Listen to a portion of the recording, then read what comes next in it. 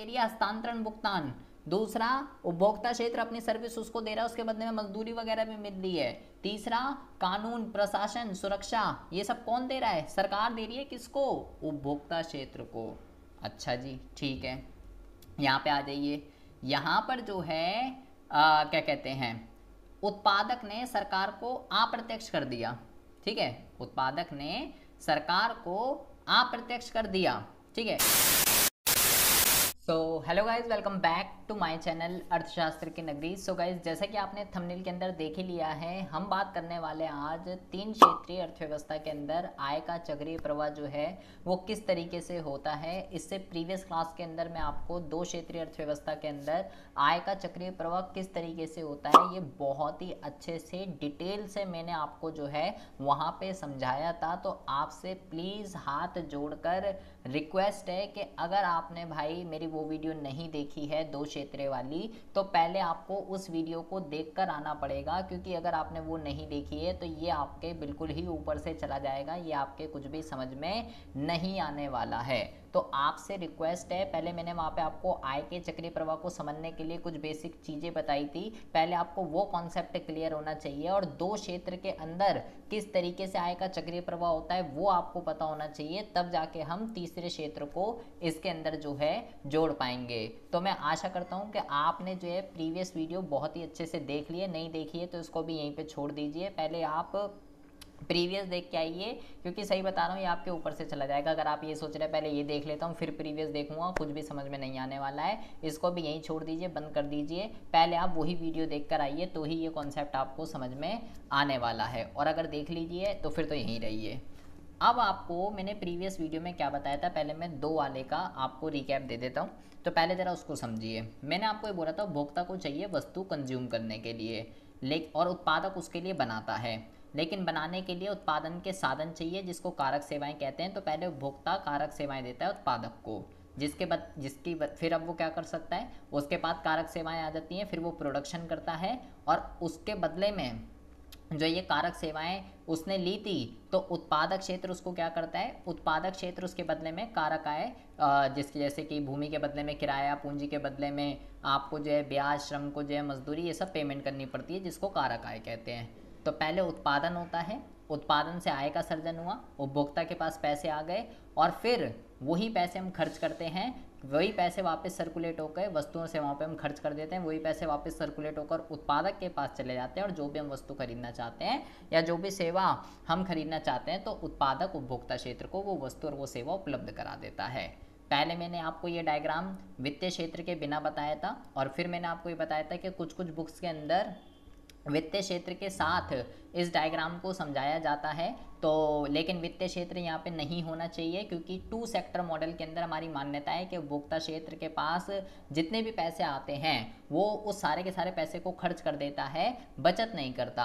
लेकिन कुछ कुछ बुक्स में इसमें बताया जाता है, तो इसलिए मैंने आपको ये समझाया था कि अगर वित्तीय क्षेत्र के अंदर हम किसको, बैंक्स वगैरह को इंक्लूड करते हैं कि उपभोक्ता के पास जितना भी पैसा आ रहा है उसका वो कुछ पोर्शन बचत कर देता है, ज़रूरत पड़ने पर बैंक से लोन ले लेता है, और हम जो पैसे जमा कराते हैं बैंक में, बैंक उस पैसे को आगे उत्पादकों को एज अ ऋण में दे देता है निवेश वगैरह करने के लिए।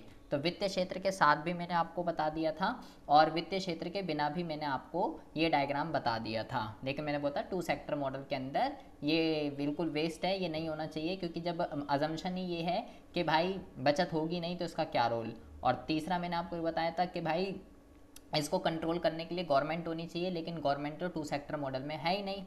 जो टू सेक्टर का मॉडल है वो रियल लाइफ में पॉसिबल नहीं है, ठीक है, थ्योरेटिकल कॉन्सेप्ट है, प्रैक्टिकली वो अप्लाई नहीं हो सकता। जो रियल लाइफ का जो मॉडल है वो तीन क्षेत्रीय और चार क्षेत्रीय, वो रियल लाइफ में पॉसिबल होता है, क्योंकि रियल लाइफ में गवर्नमेंट हमको देखने के लिए मिलती है। तो तीन क्षेत्रीय का मॉडल और चार क्षेत्रीय रियल लाइफ में पॉसिबल होता है। तो आज हम समझेंगे कि ये दोनों तो है ही, इसमें कैसे ये दोनों क्षेत्र आपस में एक दूसरे पे कैसे निर्भर हैं, ये तो मैंने बता ही दिया था आपको। लेकिन अब मैं आपको जो है गवर्नमेंट के साथ बताऊंगा कि अगर इसके बीच में गवर्नमेंट भी आ जाती है तो गवर्नमेंट का इन दोनों क्षेत्रों के साथ कैसा रिश्ता होता है, आखिर गवर्नमेंट भी ये गवर्नमेंट पे और गवर्नमेंट इन पे किस तरीके से निर्भर होती है, ये आपको ज़रा यहाँ पे समझना है। तो बहुत ही ज़्यादा ध्यान से समझेंगे, अटेंटिव होकर, ठीक है जी। तो हम यहाँ पे जो है तीसरा क्षेत्र कौन सा होता है, तीसरा क्षेत्र जो होता है, मैंने आपको अर्थव्यवस्था के 4 क्षेत्र बताए थे, तो तीसरा जो क्षेत्र होता है ये आता है सरकार। सरकारी क्षेत्र को जो है सरकारी क्षेत्र को जो है तीसरा सेक्टर कहते हैं। तो हमें ये पढ़ना है कि अगर अर्थव्यवस्था के अंदर 3 क्षेत्र हों तो भाई फिर किस तरीके से आय का चक्रीय प्रवाह होगा, वस्तु सेवा और मुद्रा का प्रवाह 3 क्षेत्र के बीच में किस तरीके से होगा। 2 में तो हमने समझ लिया, आप बहुत ही ज़्यादा ध्यान से अटेंटिव होकर सुनेंगे। देखिए सबसे पहला रोल क्या है सरकार का। सरकार का सबसे पहला रोल जो होता है, अगर हम उपभोक्ता क्षेत्र की बात करें कि सरकार का उपभोक्ता क्षेत्र के साथ क्या रिश्ता है, बहुत ही ज़्यादा ध्यान से सुनेंगे।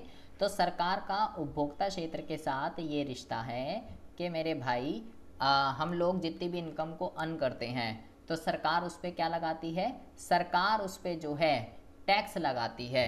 ठीक है, तो उपभोक्ता क्षेत्र के ऊपर सरकार क्या लगा देती है, उपभोक्ता क्षेत्र के ऊपर या परिवार क्षेत्र भी कह सकते हो, सरकार उस पर जो है प्रत्यक्ष कर लगा देती है, डायरेक्ट टैक्स, जैसे कि like income tax, wealth tax, कि भाई अगर कोई बंदा इतनी इनकम की कैटेगरी से ऊपर पहुंच जाता है तो उसको टैक्स देना पड़ेगा।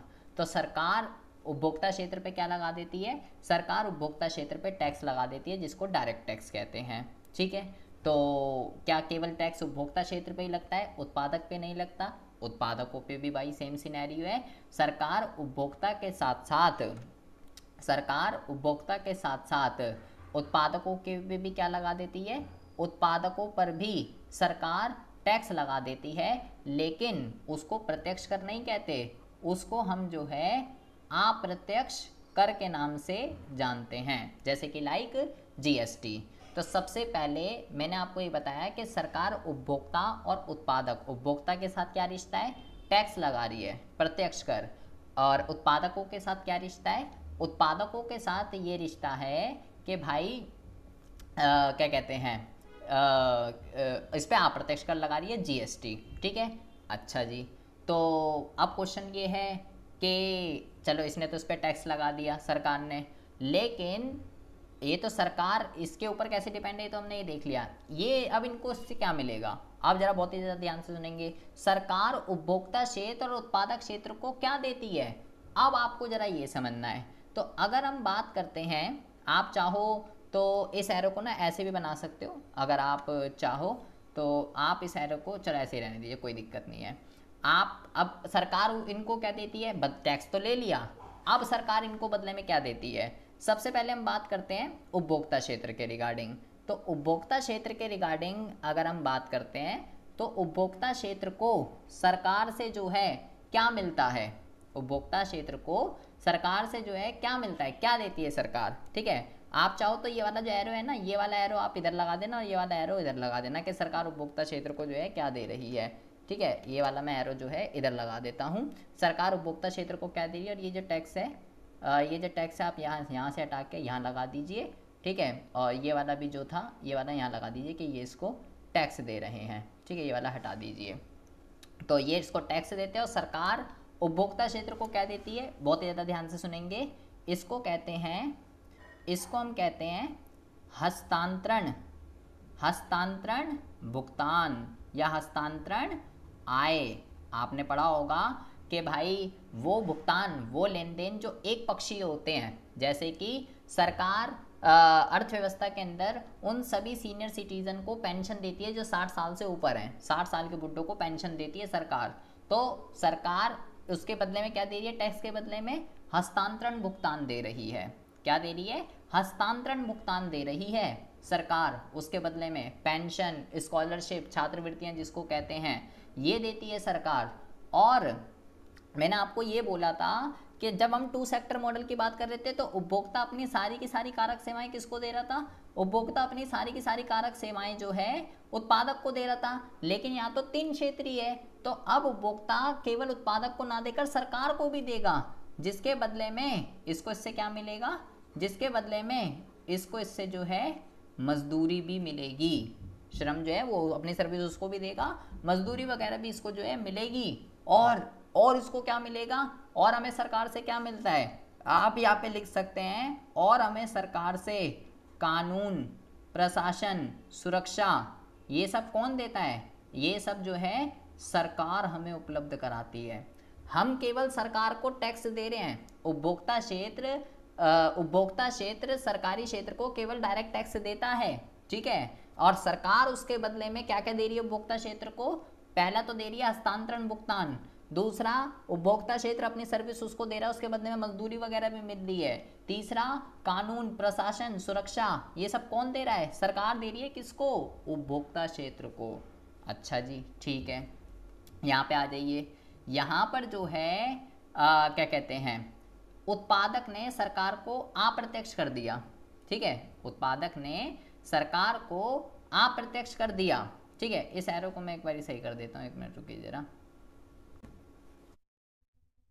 तो अगर उत्पादक क्षेत्र ने अप्रत्यक्ष कर दिया सरकार को, तो अब सरकार इसको क्या देगी? जैसे यहाँ पे हमें क्या, उपभोक्ता को तो कितनी सारी चीजें मिल रही थी, हस्तांतरण भुगतान मिल रहा है, मजदूरी मिल रही है, कानून प्रशासन सुरक्षा इसको मिल रही है, तो इसको क्या मिल रहा है? बहुत ही ज्यादा ध्यान से सुनेंगे।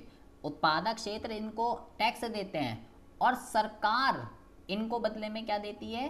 सरकार इनको बदले में जो है सब्सिडी प्रदान करती है। क्या प्रदान करती है? सरकार इनको बदले में सब्सिडी प्रदान करती है, सब्सिडी। तो उसको हम क्या कहते हैं? उसको हम कहते हैं आर्थिक सहायता, ये मिलता है इनको। और जो कानून प्रशासन सुरक्षा है वो इनके लिए भी है, सिंपल सी बात है भाई, उसका तो इस्तेमाल पूरा देश ही करता है। आर्थिक सहायता देती है सबसे पहली बात तो। और कुछ उत्पादक सरकारी भी तो होते हैं, तो उनको सरकारी इंडस्ट्रीज भी तो होती है ना, तो उनको वह देती है, ठीक है। ये सब चीज़ें क्या है?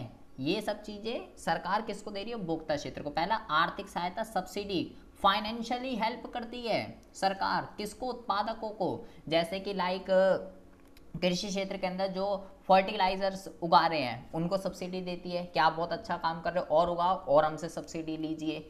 तो ऐसे ही उत्पादक जो ऐसी वस्तुओं का उत्पादन कर रहे हैं जिसको ज़रूरत है देश के अंदर, ऐसी वस्तुओं की, अगर कोई उत्पादक ऐसी वस्तु को उगा रहा है, ऐसी वस्तु का उत्पादन कर रहा है, तो सरकार कहती है आप बहुत अच्छा काम कर रहे हो, आप हमसे फाइनेंशियली हेल्प लो। सब्सिडी का मतलब क्या है? Financially help. जब सरकार फाइनेंशियली हेल्प करती है तो उसको हम क्या कहते हैं? उसको हम कहते हैं आर्थिक सहायता, सब्सिडी। और मैंने बोला कुछ उत्पादक प्राइवेट होते हैं, कुछ सरकारी होते हैं। तो जो सरकारी हैं, अब सरकार भी आ गई क्योंकि तो कुछ सरकारी इंडस्ट्रीज भी होगी, तो उसको चलाने के लिए सरकार एक्सपेंडिचर भी करेगी, व्यय भी करेगी, ठीक है। और ये कानून प्रशासन सुरक्षा सबके लिए ही होती है। तो बेसिकली आर्थिक सहायता और व्यय, तो इसके साथ इसका कैसा रिश्ता है सरकार के साथ? ये इसको इनडायरेक्ट टैक्स देते हैं, अप्रत्यक्ष कर, और सरकार इनको क्या क्या दे रही है? आर्थिक सहायता और व्यय। इसकी अगर हम बात करते हैं तो उपभोक्ता उसको क्या दे रहा है? अब एरो मैंने ठीक कर दिया है। उपभोक्ता उसको क्या दे रहा है? प्रत्यक्ष कर, direct tax, income tax, wealth tax. जबकि सरकार उसको बदले में क्या दे रही है? सरकार उसको बदले में जो है हस्तांतरण भुगतान, मजदूरी, कानून प्रशासन सुरक्षा, ये सब हमें तो मिलता है। और किसको मिलता है? तो उपभोक्ता क्षेत्र के साथ किस तरीके का रिश्ता है ये मैंने आपको बता दिया। एंड उत्पादक क्षेत्र के साथ किस तरीके का रिश्ता है ये मैंने आपको बता दिया। अब आती है बात वित्तीय क्षेत्र की। वित्तीय क्षेत्र के साथ क्या रिश्ता है? तो जैसे यहाँ पे बात चल रही थी कि उपभोक्ता अपने पैसे यहाँ बचत कर लेता है, जरूरत पड़ने पर लोन ले लेता है, तो सेम ऐसे ही सरकार का भी वित्तीय क्षेत्र के साथ सेम रिश्ता है, ठीक है। यहाँ से आप क्या करिए, यहाँ से आप जो है एक एरो बना दीजिए, ठीक है। कारक सेवाओं को थोड़ा इधर एडजस्ट कर लीजिएगा, मेरा डायग्राम तो ऐसा बन गया है, ठीक है। तो आप भी बना सकते हो, कोई दिक्कत वाली ऐसी बात नहीं है, ऐसे लाइन खींच सकते हो। तो सरकार क्या करती है?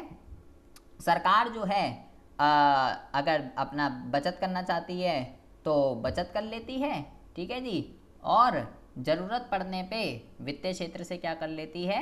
ज़रूरत पड़ने पे वित्तीय क्षेत्र से जो है ऋण भी ले लेती है। तो वित्तीय क्षेत्र के साथ सरकार का क्या रिश्ता है ये मैंने यहाँ पे आपको समझाया।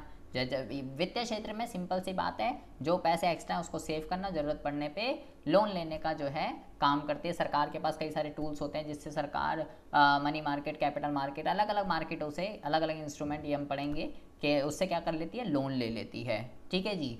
तो सरकार वित्तीय क्षेत्र के साथ क्या रिश्ता है, उपभोक्ता के साथ कैसा है, उत्पादक के साथ कैसा है, और तीन क्षेत्र के अंदर किस तरीके से मनी सर्कुलेट हो रही है, ये आपको इस डायग्राम के अंदर मैंने समझाने का प्रयास किया है। दो क्षेत्रीय पहले ही था, अगर दो क्षेत्रीय वाला आपको बहुत ही अच्छे से आता है तो ये आपको चुटकियों में समझ में आ जाएगा, इसमें आपको समझने में कोई भी दिक्कत नहीं होने वाली है। लेकिन अगर आपको दो क्षेत्रीय वाला समझ में नहीं आया होगा तो ये आपके ऊपर से जा रहा होगा, इस बात की मेरी श्योरिटी है। तो आपसे रिक्वेस्ट है कि आप पहले जो है वो दो क्षेत्र वाला अच्छे से पढ़ के आइए, तब जाके आपको ये समझ में आने वाला है। ठीक है, इसमें आपको कुछ भी समझ में ना आया हो, कोई भी डाउट हो, कोई भी इशू हो, तो आप मेरे को कमेंट बॉक्स में कमेंट करके पूछ सकते हैं।